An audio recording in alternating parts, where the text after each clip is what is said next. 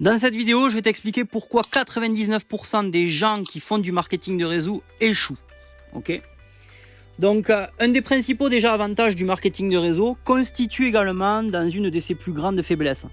Outre le fait qu'il est très facile d'y entrer et qu'il est également aussi très difficile d'en sortir, là où le bas blesse, c'est surtout tout simplement que ça ne coûte pas cher d'y rentrer et que ça ne coûte pas cher d'en sortir. Et ceci explique bien pourquoi beaucoup de personnes échouent.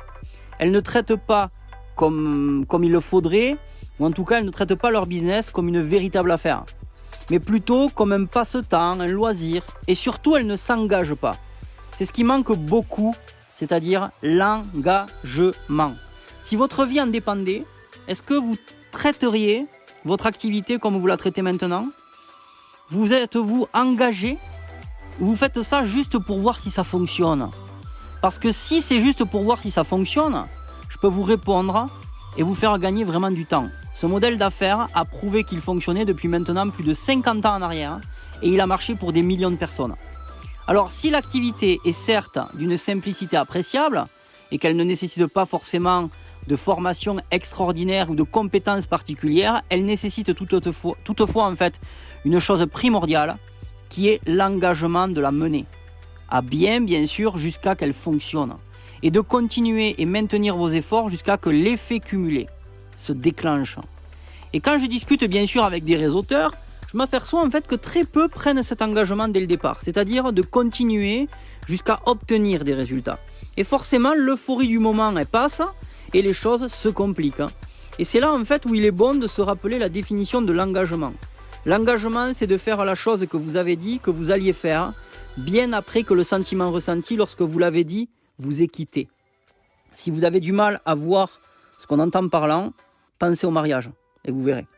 À l'heure actuelle, vous êtes peut-être tout feu tout flamme avec votre nouvelle activité de marketing de réseau et vous vous dites que vous n'abandonnerez jamais jusqu'à que vous ayez réussi. Combien de fois j'ai entendu ça ? Mais ce sentiment va s'estomper avec le temps, avec les obligations et les défis de la vie de tous les jours. Et surtout, il sera mis à mal par les autres. Il y a un truc pour vous aider à oublier les autres. Vous savez que la peur du rejet, la peur de ce que vont en penser les autres, est pour beaucoup de personnes un gros frein au développement de leur réseau. Donc si vous faites partie de ces personnes, j'aimerais vraiment que vous écoutiez attentivement ce qui va suivre et que surtout vous y repensiez à chaque fois que vous commencez à vous poser des questions. On est d'accord ?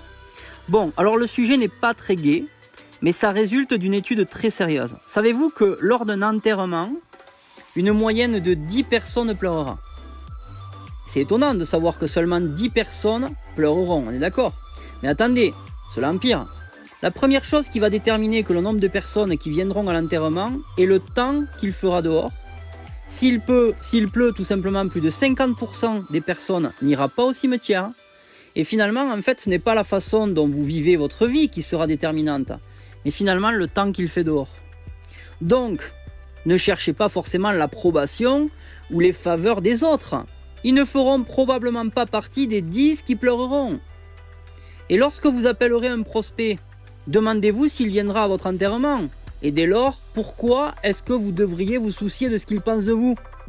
Ne passez pas trop de temps à craindre d'être rejeté par les autres, alors que ces personnes ne viendraient même pas à votre enterrement. Et même si elles venaient, elles ne pleureraient probablement pas. Et si elles venaient et qu'il pleuve, elles abandonneraient le cortège funèbre. Donc c'est une manière libératrice de vous aider à ne pas vous laisser influencer par la vie des autres. Pour faire plus simple, ne laissez pas les gens qui n'ont pas d'importance d'être importants. Donc maintenant, engagez-vous dès maintenant. Et pour en revenir à notre engagement, voilà le meilleur conseil qui m'a été donné, d'accord, et pour vous parler de ce sujet-là. Quelle que soit l'activité pour laquelle vous avez signé, faites-en toujours partie dans un an. Vous m'avez bien écouté, c'est tout simple. Engagez-vous à toujours faire partie de votre compagnie de marketing de réseau dans un an.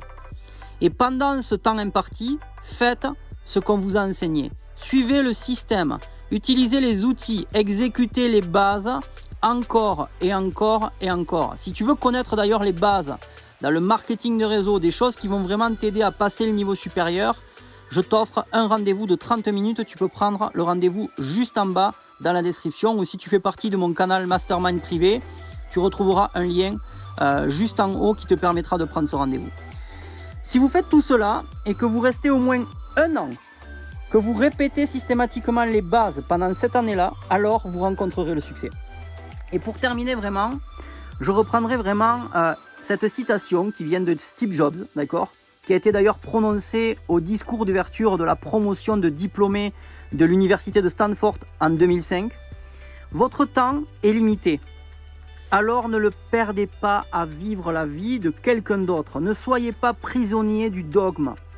Ce qui consiste à vivre d'après les réflexions d'autres personnes, ne laissez pas les opinions des autres étouffer votre voix intérieure, votre cœur et votre intuition.